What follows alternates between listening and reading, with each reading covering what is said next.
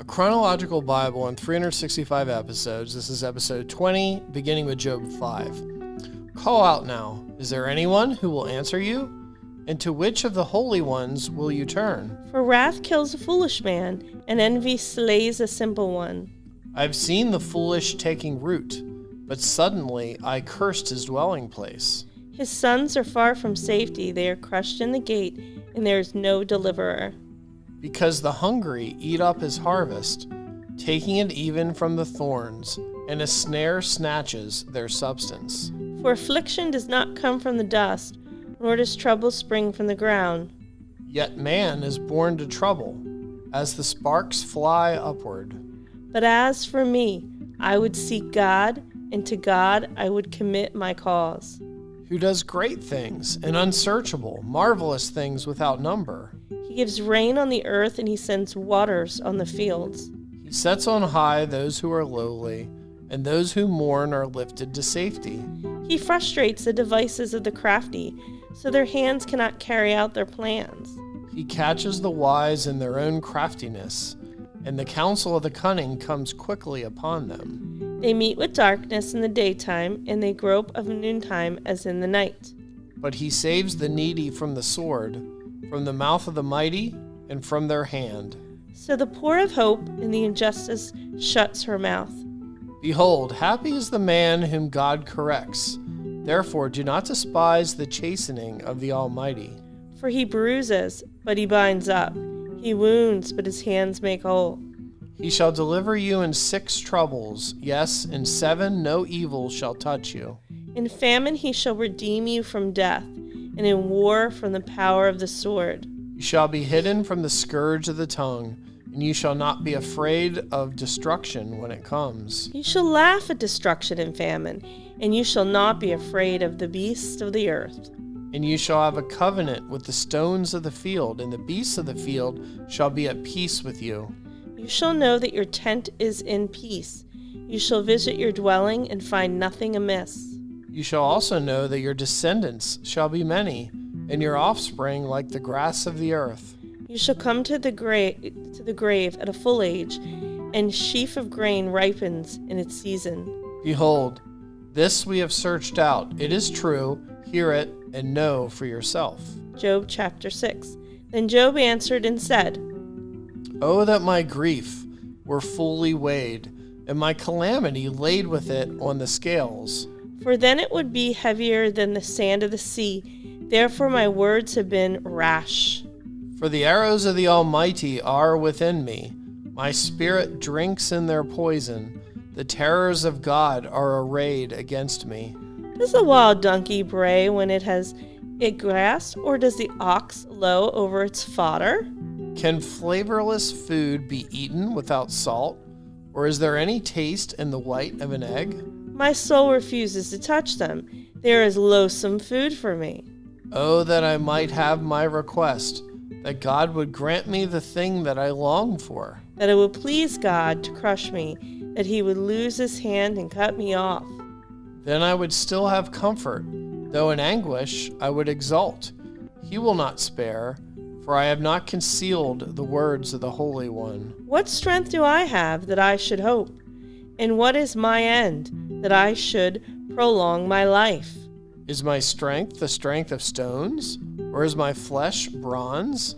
Is my help not within me, and is success driven from me? To him who is afflicted, kindness should be shown by his friend, even though he forsakes the fear of the Almighty.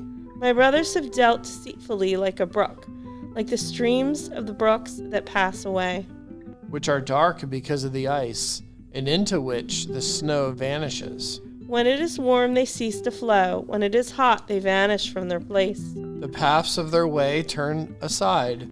They go nowhere and perish. The caverns of Tema look.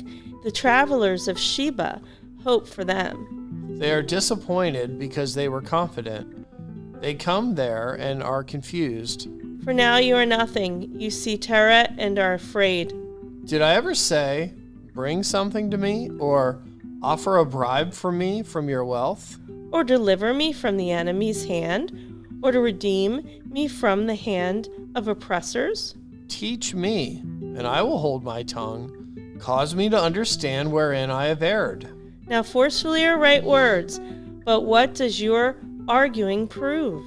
Do you intend to rebuke my words in the speeches of a desperate one, which are as wind? Yes, you overwhelm the fatherless, and you undermine your friend. Now therefore, be pleased to look at me, for I would never lie to your face. Yield now, let there be no injustice. Yes, concede, my righteousness still stands. Is there injustice on my tongue? Cannot my taste discern the unsavory? Job chapter 7. Is there not a time of a hard service for man on earth?